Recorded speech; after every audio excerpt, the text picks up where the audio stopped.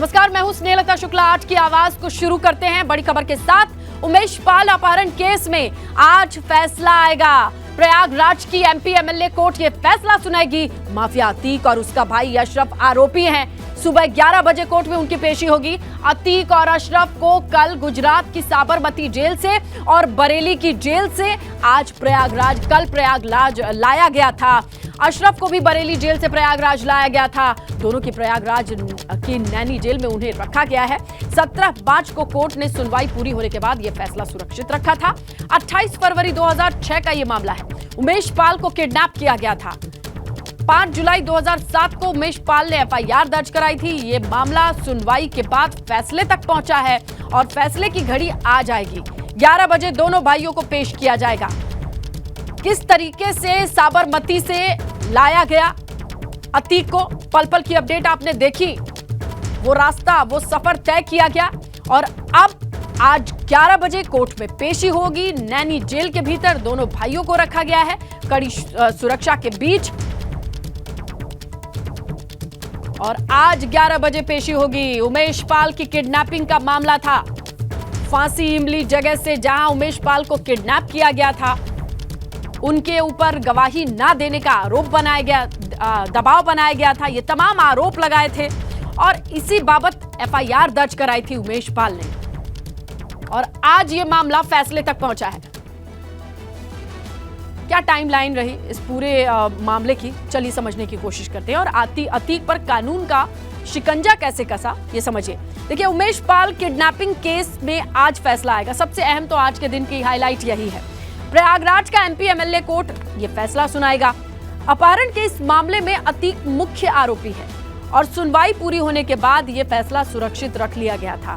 फैसले के वक्त कोर्ट में मौजूद रहेगा अतीक का भाई अशरफ भी इस फैसले के वक्त मौजूद रहेगा। अशरफ को कल बरेली जेल से प्रयागराज लाया गया था, ये अहम रहा। और अगर पूरे मामले को देखें तो अतीक को भी लेकर के आया गया था। किस मामले में ये फैसला आ रहा है, जरा उसके बैकग्राउंड को समझिए। देखिए, 25 जनवरी 2005 को बचपा विधायक राजू पाल की सबसे पहले हत्या से यह मामला शुरू होता है। राजू पाल हत्याकांड के मुख्य गवाह रहे उमेश पाल का अपहरण हुआ, उन्हें किडनैप किया गया। 28 फरवरी 2006 को उमेश पाल को अगवा किया गया। अतीक अहमद और उसके भाई अशरफ पर उनको किडनैप करने का आरोप लगा।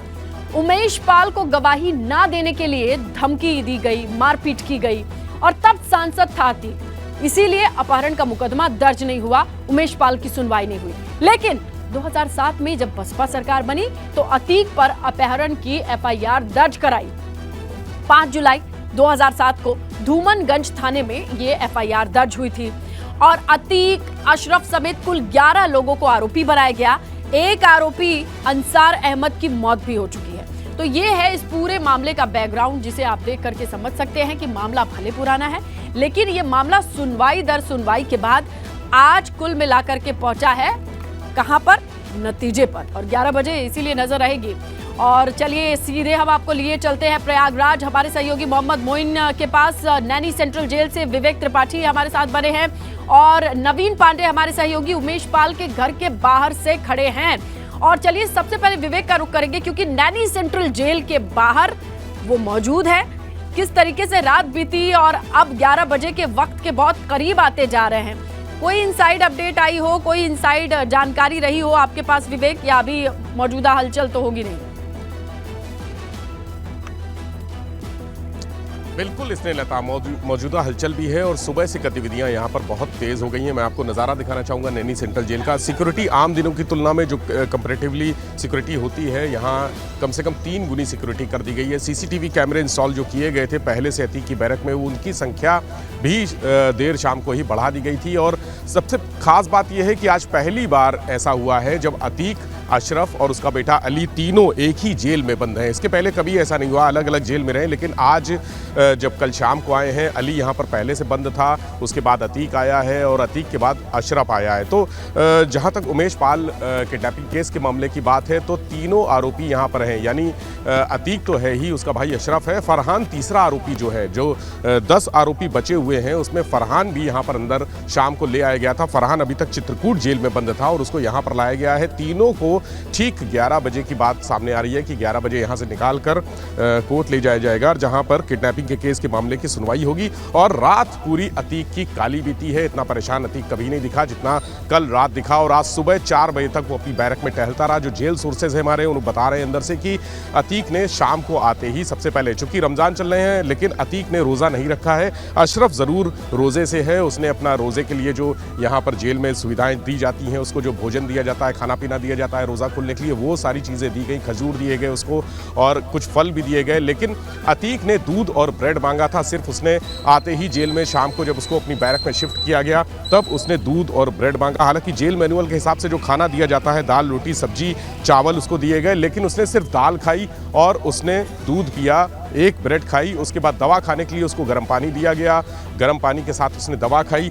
बेचैनी महसूस कर रहा था अतीक, रात भर बेचैन रहा। उसने कहा कि मुझे सरदर्द हो रहा है। सरदर्द के लिए डॉक्टरों की एक टीम भी बुलाई गई थी, उसका बीपी चेक किया गया, उसको कहा गया कि बीपी उसका फ्लक्चुएट कर रहा है, ऊपर नीचे हो रहा है। तो रात भर उसकी केयर की गई है बैरक में। 4 बजे तक सुबह अतीक टहलता रहा है और उसके बाद उसने कुछ देर के लिए, कुछ चंद घंटों के लिए, 2-3 घंटे के लिए बता रहे हैं जेल सोर्सेज की उसने सोया है, नींद ली है। और अब इस समय बैरक में सुबह 6:30 बजे से ही 7 बजे से ही बता रहे हैं कि उसकी बैरक में हलचल शुरू हो गई और तीनों को अलग अलग बैरक में रखा गया है, अतीक को, अली को, अशरफ को, ताकि ये तो रही जेल मुलाकात ना हो पाए, बातचीत ना हो पाए जेल में। और अब जरा कोर्ट में होने वाली चीजों के बारे में भी समझ लेते हैं, वहां पर किस तरीके की तैयारी और कैसे आज के दिन को लेकर के तैयार है पूरा प्रयागराज। निगाहें पूरे देश की टिकी हैं, इतना बड़ा मामला हो चुका है। मोइन, क्या जानकारी है आपके पास? जी बिल्कुल, आपको बता दें कि इस वक्त हम डिस्ट्रिक्ट कोर्ट कैंपस के बाहर ही खड़े हुए हैं और ये गेट नंबर 1 है। इसी गेट से जो अतीक और अशरफ का वज्रवाहन है वो कोर्ट कैंपस के अंदर ले जाया जाएगा। सिर्फ वज्रवाहन अंदर जाएगा और गेट के ठीक सामने की जो जगह आप देख रहे हैं, इसी जगह पर वज्रवाहन रुकेगा। और यहाँ से जो 3 आरोपी हैं जो कि जुडिशियल कस्टडी में हैं, अतीक अहमद है, उसका भाई अशरफ है और इसके साथ साथ चित्रकूट जेल से फरहान को लाया गया है। तो इन तीनों को यहाँ इस जगह से पैदल कोर्ट रूम तक ले जाया जाएगा। कोर्ट रूम पहली मंजिल पर है और आपको यहाँ की हम सुरक्षा के इंतजाम दिखाते हैं। देखिए, ये जो पूरा डिस्ट्रिक्ट कोर्ट के बाहर का एरिया है, धीरे धीरे कर एकदम से छावनी में तब्दील होता जा रहा है और आज इस रोड पर जो है वो वाहनों की आवाजाही बंद रहेगी। पूरी तरीके से ये रोड जो है वो बैरिकेड रहेगी, इस पर किसी तरीके के वाहन नहीं चलेंगे। न जी पाएंगे न रह पाएंगे, इसलिए कि ये हमेशा अपना गुंडे माफिया का इसका साथ है, पूरा इसने पाल रखा है, पूरा एक संघर्ष। ये हम लोगों को, हमारे बच्चों को मरवा देगा। माता जी, आपके आंखों में आंसू है, आज उस आंसू का हिसाब करेगा भी दिन है, क्या लगता है कि आज हिसाब? मेरा यही कहना है कि जैसे मेरा बेटा इतने दिन मुकदमा लड़ा और ये हमेशा अपना गुंडे माफिया का इसका साथ है, पूरा इसने पाल रखा है, पूरा एक संघर्ष। ये हम लोगों को, हमारे बच्चों को मरवा देगा। माता जी, आपके आंखों में आंसू है, आज उस आंसू का। तो हम आपको लिए चलते हैं उमेश पाल के घर से बाहर से हमारे सहयोगी नवीन पांडे मौजूद हैं, उनसे भी जानकारी लेंगे। देखिए, जो माता जी हैं वो काफ़ी हद तक परेशान भी हैं और काफ़ी हद तक वो अपनी भावनाओं को व्यक्त भी कर रही हैं। कुछ बातचीत हुई आपकी भी? जी, इसने लेता आपको सबसे पहले तस्वीर दिखाना चाहेंगे क्योंकि आज फैसला आने वाला है और आज का फैसला अहम है। लिहाजा सुरक्षा के भी तमाम इंतजाम पुलिस प्रशासन द्वारा उमेश पाल के घर के बाहर किए गए हैं। इसके साथ साथ माताजी और पत्नी उनकी मौजूद हैं और वो लगातार ये कर रही हैं कि अभी भी उनको डर है, क्योंकि जिस तरह से अतीक अहमद यूपी में जब प्रवेश किया तो उन्हें उसने बोला कि किस बात का डर है। लिहाजा उनकी माताजी अब डर की आशंका जायज़ कर रही हैं। माताजी हैं, उनसे बात करते हैं।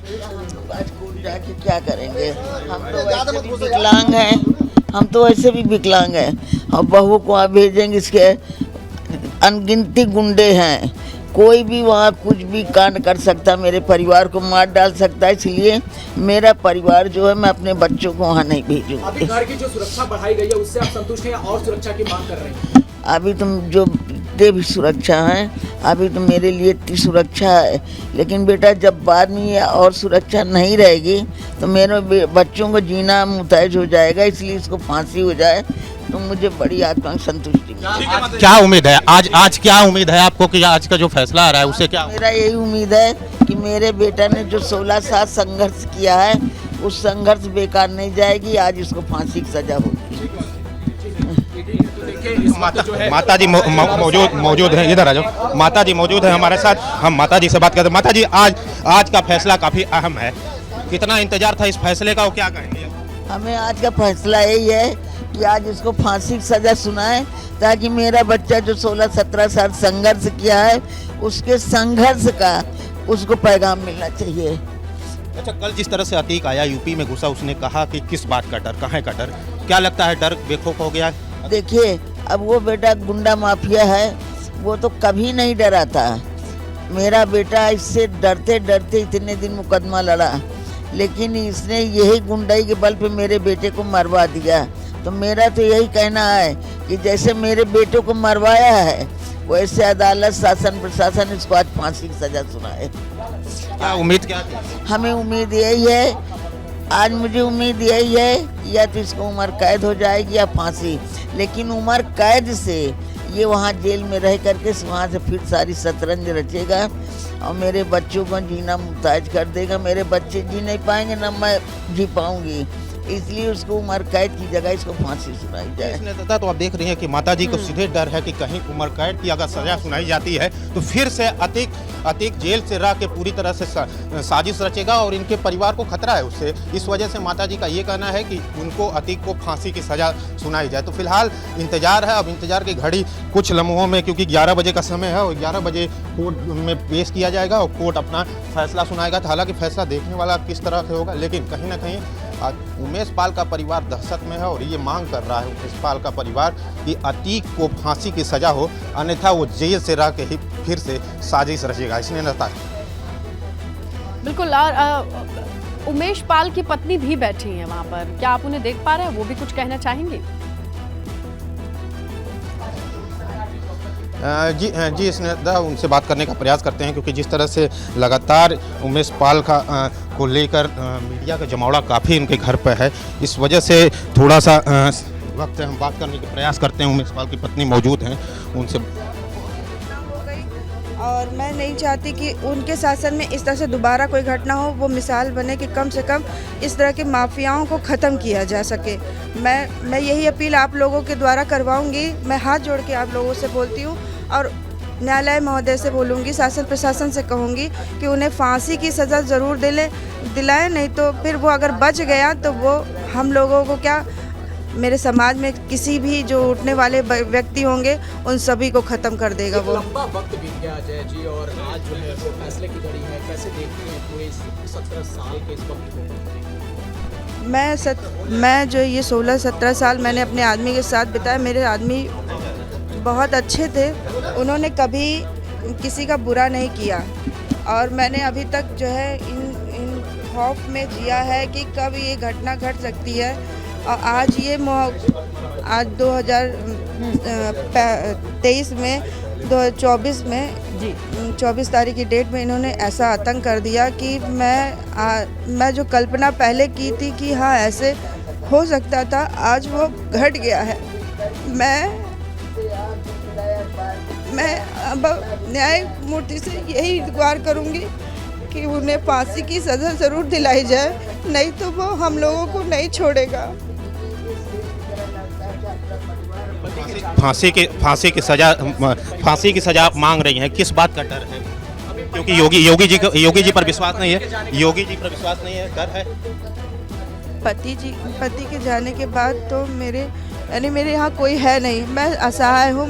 मुझे ये है कि कल को मैं क्या कर सकूँ, मेरे बच्चे अनाथ हो गए हैं, मेरा कोई सहारा नहीं है, मेरे घर परिवार में कोई बड़ा मुझे सहारा देने लायक नहीं है।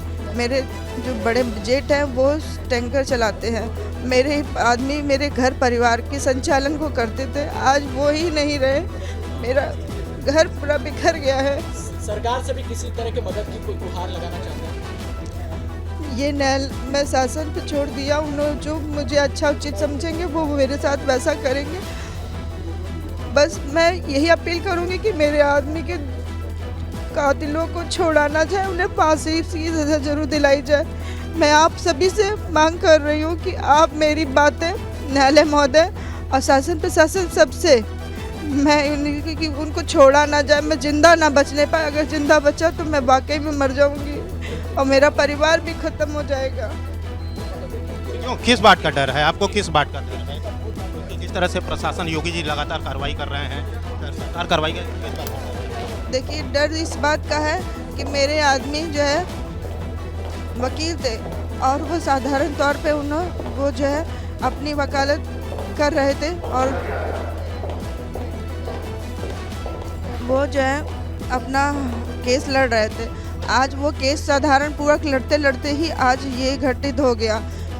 कल को क्या हो सकता है कि वो अपने बच्चों के माध्यम से, जिस तरह से उसने अपने बच्चों के माध्यम से इस तरह से काम करवाया, कल को हो सकता है कि वो फिर अपने बच्चों को ट्रेन करके मेरे को भी ये सब कर सकता है। इसलिए मैं ये चाहती हूँ कि उनके पूरे। तो नैनी जेल से सुप्रिंटेंडेंट श्रीकांत सिंह है, उनके पास ज्यादा जानकारी है, उनसे भी हम जुड़ के जानकारी लेते हैं। श्रीकांत जी, मैं स्नेहलता एबीपी गंगा पे आपका स्वागत है। जरा समझाएं कि आज अतीक के आने के बाद किस तरीके से माहौल है, चीजें हैं और तैयारी है, क्योंकि बहुत पूरे देश की निगाहें टिकी रहेंगी जब नैनी से 11 बजे कोर्ट तक ले जाया जाएगा।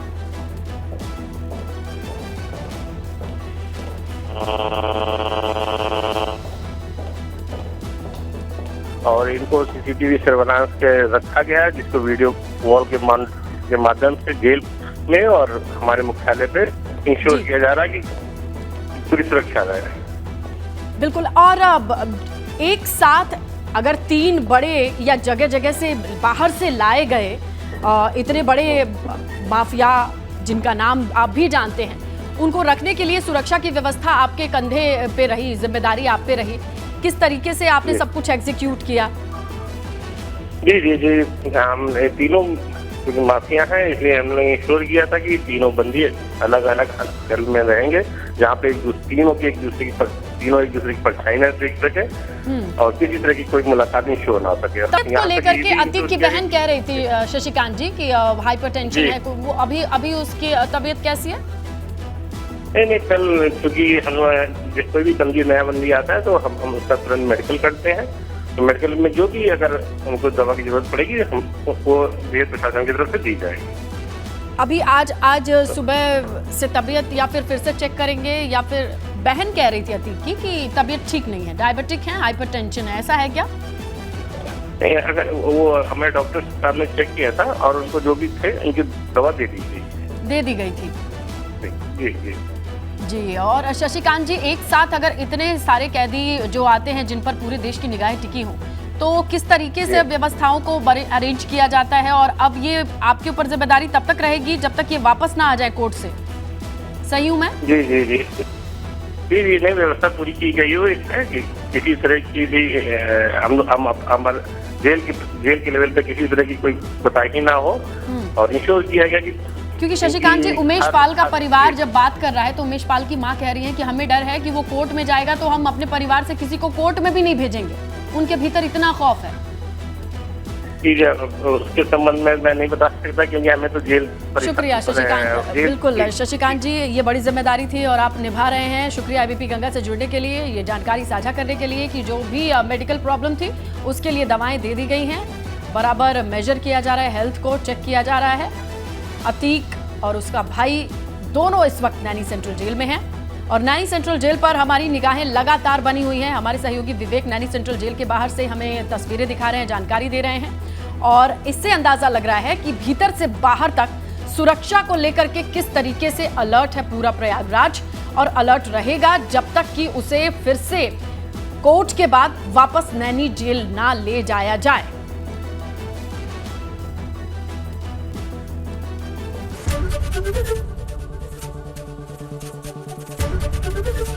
एबीपी गंगा, खबर आपकी, जुबान आपकी।